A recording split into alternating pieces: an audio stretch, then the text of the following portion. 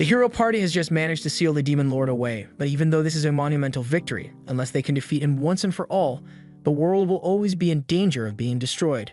They all feel guilty for not being able to complete their mission, but their leader tells them that there's still hope because he is sure that someday in the future, a new hero will appear to carry on their legacy and finally finish the Demon Lord off for good. Several years later, at the A-Rank party, Thunderpike is in the middle of a public dungeon raid, and while the two melee fighters attack, the magic users begin casting their spells. And thanks to the buffs from the party's supporter, Yuka, they are able to take a Hydra down in record time. Individually, the members of Thunderpike are already really strong, but when they work together, they are nearly unbeatable, which is part of the reason why they have so many fans. However, while they may look like the perfect team on the surface, it turns out they don't really get along as well as you'd think. In fact, after the stream ended, the Red Mage Yuka tells everyone on the team that he is quitting Thunderpike effective immediately. The party leader, Simon, asks him why he wants to leave, so Yuka explains that he isn't getting a fair cut of their reward money. The money he received today is so little that he may have to start taking out payday loans, and that's a situation he doesn't want to be in. Simon tries to justify Yuka's low pay by claiming that Yuka isn't contributing enough to the party, and Barry chimes in to point out that Yuka never actually engages in any battles. All he ever does is burn through their items' durability with his pointless enchantments. Yuka can't believe Barry would call his enchantments useless, but Barry isn't the only one who feels that way. The only one who actually thinks Yuka is useful is Jamie, but that's just because he's good at setting up their streams. Camilla tells him that if he wants to be paid more, then he has to be more active as a member of the team, but Yuka doesn't think she has the right to say that since she's basically a healer, and Yuka is always protecting her in battle. The fact that they don't value the work he does is exactly why he wants to quit the party, but Simon asks him if he's really sure he can manage on his own if he leaves. He says the only reason Yuka is even B rank is because they are childhood friends and Simon did him a favor by letting him join Thunderpike, and even if he leaves, they'll be just fine without him. Since they clearly doesn't think Yuka deserves to be paid well, Yuka definitely isn't going to stick around. Yuka has wasted the last 5 years of his life supporting this party, and they would never have gotten this far without his help, but the others still all think he's useless, so they won't miss him at all. Now that Yuka has officially quit Thunderpike, he heads to the guild receptionist to ask if there's any work available. She's surprised that a famous adventurer like him is here to look for a gig, so she asks him if something happened with Thunderpike, and Yuka explains that he quit. The receptionist doesn't seem that surprised since things like this happen all the time, so she hands Yuka a form to fill out so she can give him a new party. Once he's done filling out the form, he hands it to the receptionist, but just then, a girl comes running up to him for a big hug.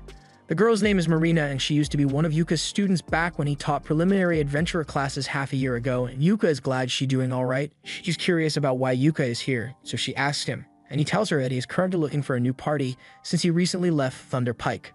Marina doesn't even let him finish his sentence, because if he's looking for a new party, then she would love to have her beloved teacher in hers. Yuka agrees to her proposition, so a few minutes later he is seated with Marina and the rest of her party members so they can discuss his joining. Silk loves the idea of Yuka joining their party, but she is surprised that an experienced adventurer like him wants to join their D-rank party. Yuka is currently B rank, so he could probably get into a much better party, but he doesn't mind being in a D-rank party, and to be honest, he actually prefers it this way.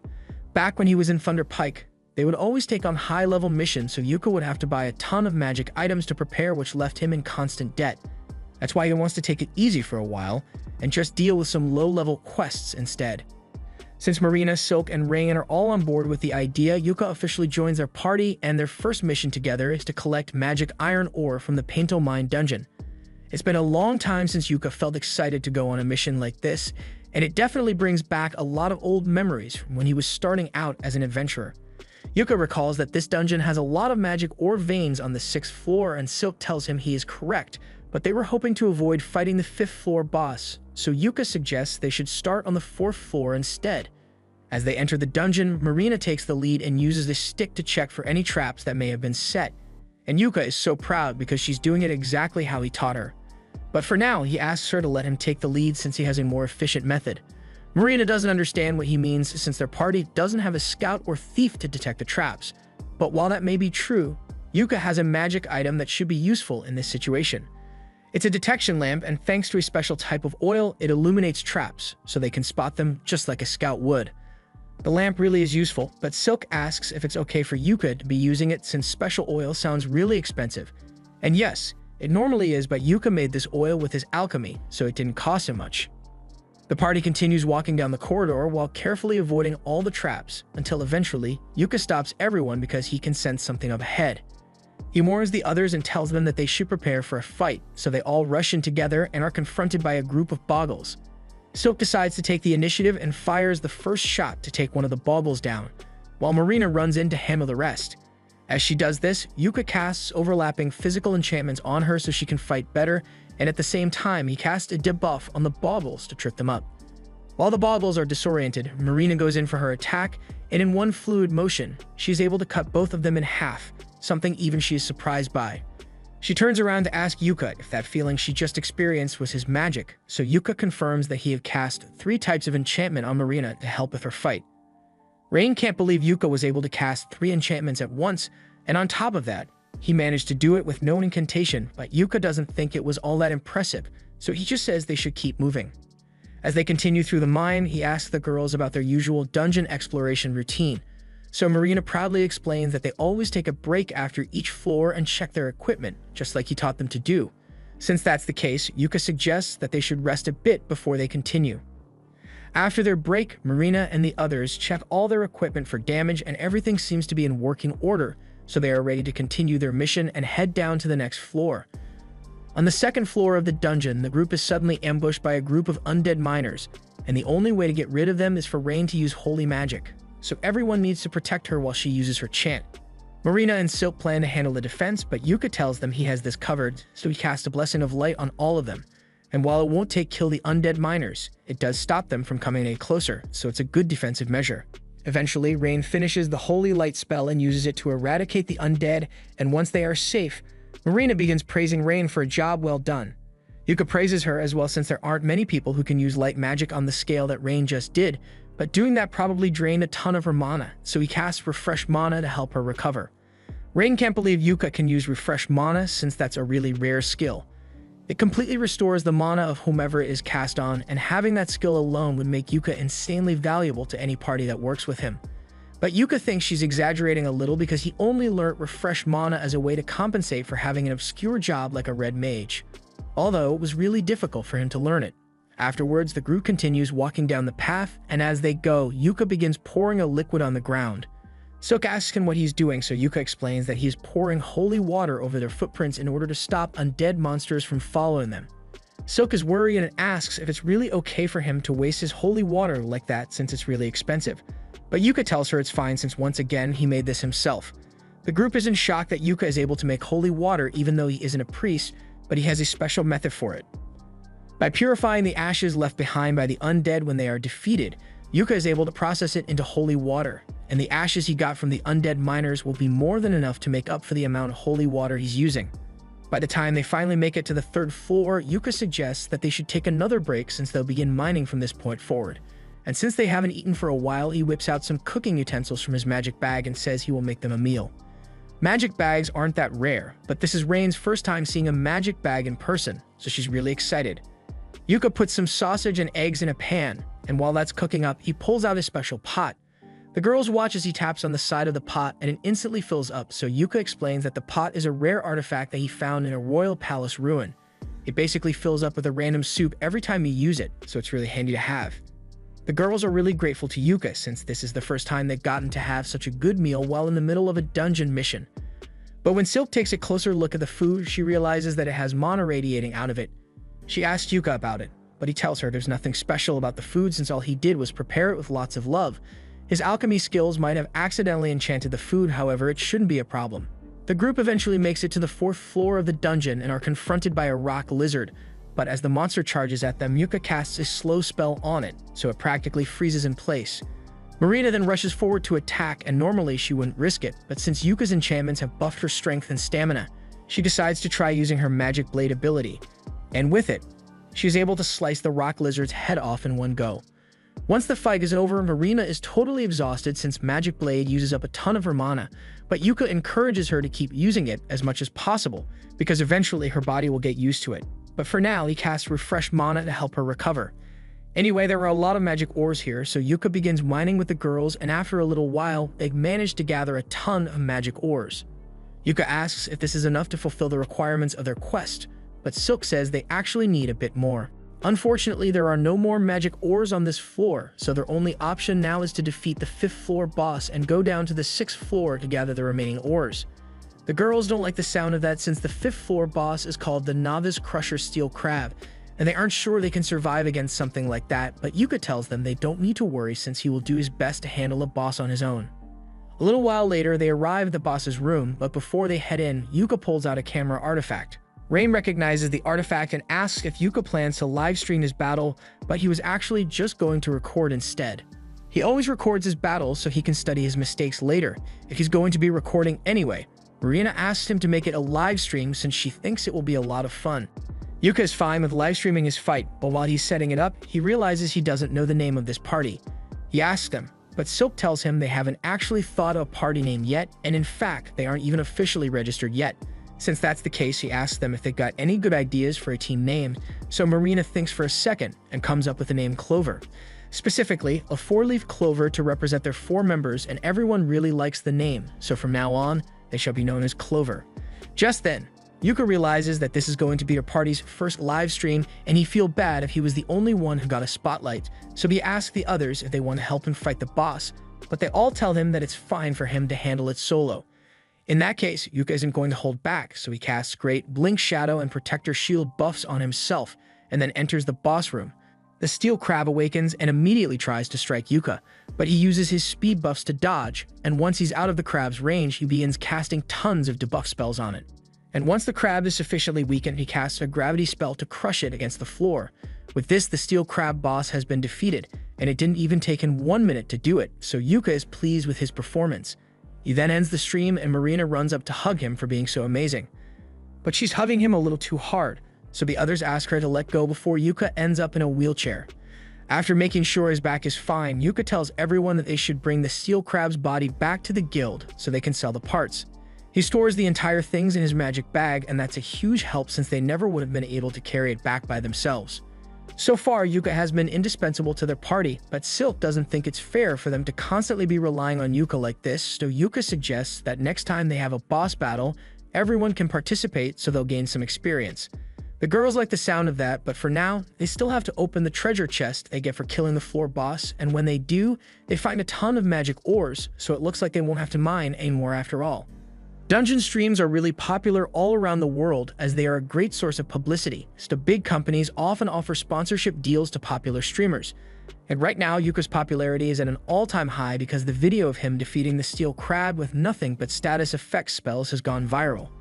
Meanwhile, Yuka and the others are returning home, and while on the carriage, Yuka asks them what they thought of their first mission together, and the girls absolutely loved it. They learned all sorts of cool things from Yuka, so this was easily the best mission they've completed so far. In fact, they were all thinking of making Yuka the official leader of their party since he has the most experience, and they all trust him with their lives since he was their teacher. Yuka is hesitant to accept the role since he never intended to take over Marina's party, but since they all say they want him to do it, he ends up agreeing, mostly so he can ensure their safety in future battles. While Yuka's party is celebrating their first victory, Thunder Pike is suffering a crushing defeat. Simon hired a new guy to replace Yuka after he quit, but he must still not realize how much Yuka was carrying their party because he led them right into wolf territory and expected everything to just work out. Normally, Yuka would have cast a weakening spell in the wolves by now, but the new guy can't do that, so the wolves are way too strong for the party to handle, and as a result, Jamie gets chomped. Simon sees her in trouble and rushes to save her by decapitating the wolf, and while Jamie is technically safe now, her stomach is full of holes, so she'll die if she doesn't get help soon. Simon asks Camilla to cast a healing spell on Jamie, but Camilla says she's out of mana, so there's nothing she can do. It's not like they had a guide who could cast a mana restoration spell, did they? The group retreats to safety and Simon administers first aid to try and keep Jamie alive while Camilla's mana recharges. He asks if anyone has a healing potion and the new guy, Cork, has one, but he doesn't feel like giving it to Simon since Simon made it painfully clear that he was responsible for buying his own equipment with his own money. Simon tells him that now's not the time to be worrying about money when one of his teammates is about to die, so Cork reluctantly hands over the healing potion and Simon feeds it to Jamie. Thunder Pike has really been on a downward spiral lately, but on the flip side, everything has been working out for Yuka. He and the girls are sitting at the bar to celebrate, and while the reward for their quest wasn't that high, the Steel Crab's body was in good condition, so the guild paid a good price for it. Speaking of money, Yuka asks Marina and the others what system they've been using to split up the party's earnings, so they tell him that Silk usually handles all the party's money and each member gets a set allowance. Yuka is a little surprised since it's rare for a party to entrust all the money to a single member, but the group has a reason for that. They've all been saving up so they can eventually afford to buy a house as a party, since it's a little awkward to have to be renting at the inn all the time. Since they are trying to save their money, Yuka tells them it's fine if they continue with the allowance system. Silk asks if he is really okay with her handling all the finances since she thought an adventurer like him would want to handle his own money, but Yuka trusts her, so there's no reason to change the system they already have. While Yuka and the other are having fun and getting along, Simone and the rest of Thunder Pike are upset because that was the worst outcome they had in years. Thankfully, they were able to save Jamie's life, but things could have gone really badly, and Simone blames it all on Cork. The rest of the party get in on it and start calling Cork useless for not being able to get them out of that mess, but Cork isn't going to let them put the blame on him since everyone knows that dire wolves track their prey through scent, so it's common sense to buy a scent blocker in preparation for the mission. This is clearly the party's fault for not being prepared for the situation, but Simone tries to turn it around on Cork and says that if he knew about the scent blockers, then he should have told them. And the fact that Jamie almost died is entirely his fault too because he didn't buy scent blockers for the entire party. The gaslighting is strong with this one. But thankfully, it's not strong enough to fool Corks, so he realizes he wants no part in a party where no one is willing to take accountability for their mistakes and quits on the spot. Yuka overhears this, and he can't believe Thunder Pike still hasn't learned from their mistakes, but that doesn't concern him anymore. He turns back to the girls, and Marina tells everyone what they should do for tomorrow. Silk remembers something Yuka once told her about it being important to take a day off after every mission, so she suggests that they do that. Everyone agrees, and since Yuka is going to have the day off, he decides to get a little shopping done. He needs to stock up on potions and scrolls, and he still needs to turn those undead ashes he got into holy water so he can replenish his stock. He's going to be busy for a while, so he suggests that they all meet back up here after their break is over. Just then, Marina notices that the dungeon stream highlights of the day are being shown, and Yuka's fight against the steel crab is number 1. He is shocked since he only uploaded it a couple of hours ago, but it already has over 5,000 viewers, and it's still going up. People find it really interesting that someone with an obscure job like a red mage was able to take down a red crab without even needing to touch it. The announcers tell everyone to keep an eye on Yuka and his party, Clover, because they just might become the world's greatest party. Simone and the other members of Thunder Pike see Yuka's stream as well, and they are all incredibly jealous that Yuka is actually doing well without them, but they still refuse to admit that Yuka might have been more useful to them than they gave him credit for. Thunder Pike is always going to be a bunch of haters, but it looks like there is actually someone else hating on Yuka from a distance, and he seems mad that Yuka is getting comfortable with his new party. A couple of days later, Yuka is back in the guild, and he's looking at the notice board to see if he can find any quests that will be good for the girls. The receptionist sees him struggling to decide, so she comes over and asks if she can help. Yuka asks her if there are any quests that are easy enough for a party of noobs, but also paying a decent amount of money. The receptionist tells him that he is being a little too optimistic here. He's never going to find such a perfect quest, but given the circumstances, she points to a C-rank quest that involves fetching some magic stones from the Orden Forest.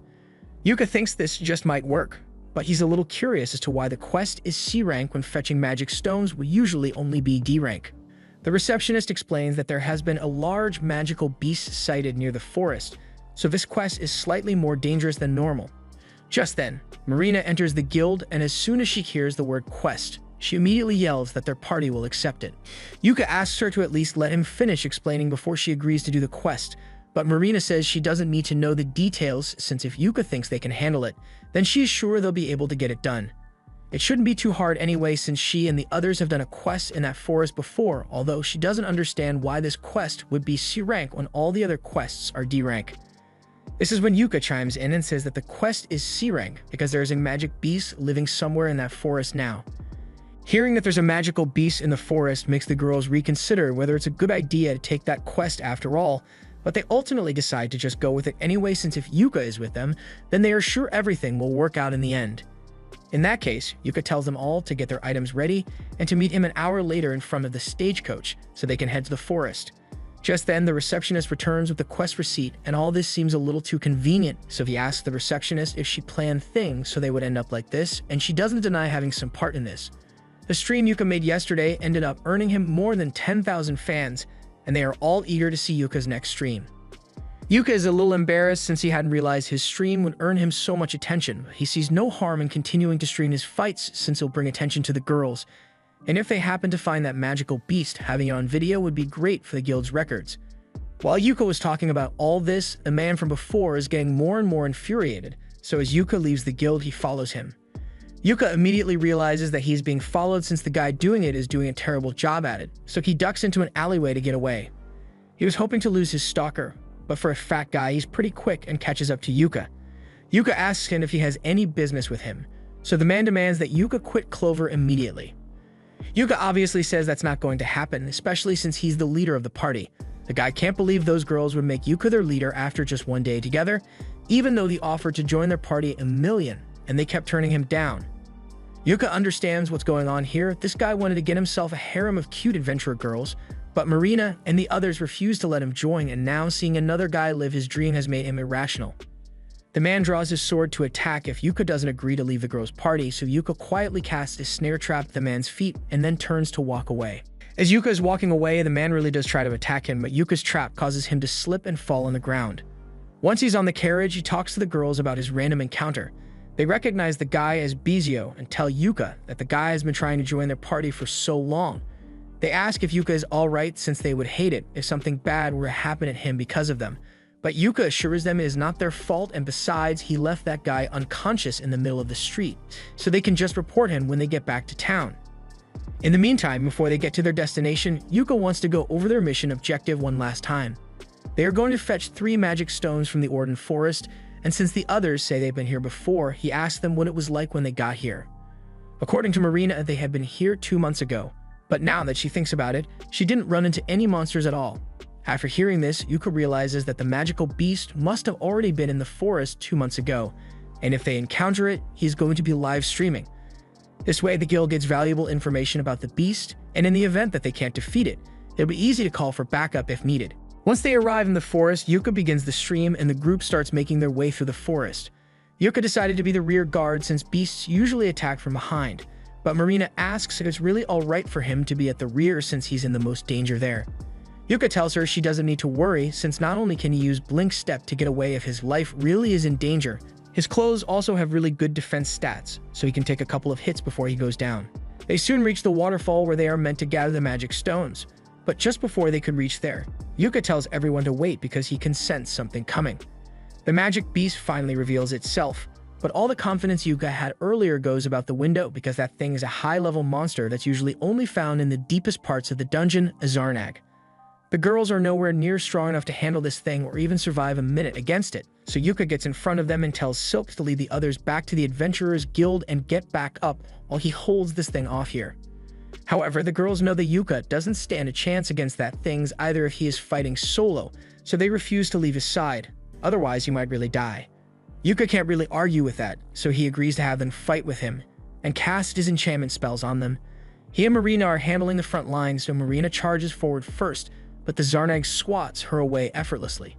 Yuka tries to use his layered status effects on it, and while it does disorient the Zarnag, it doesn't do much damage to it, so he's running low on options. Right now, there's only one thing in his arsenal that can stop this thing, so Yuka decides to go all or nothing. However, he will need Marina to buy him some time so he can finish casting the spell. Marina agrees to distract the beast so she gets up close to it, and does her best to keep its attention while dodging its attacks. And even when she's about to get caught, Silk and Rain assist with their magic. Thanks to their combined efforts, Yuka had enough time to finish casting the level 5 spell, a highly destructive prismatic missile, and now that it's complete, Yuka fires it straight at the beast's face. This was the end of episode 2. Subscribe to not miss the next part.